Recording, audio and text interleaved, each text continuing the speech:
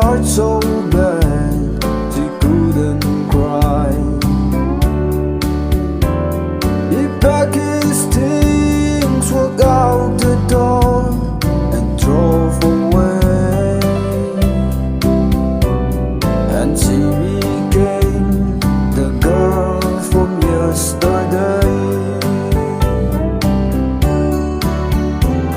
He took a plane across the sea, some foreign land.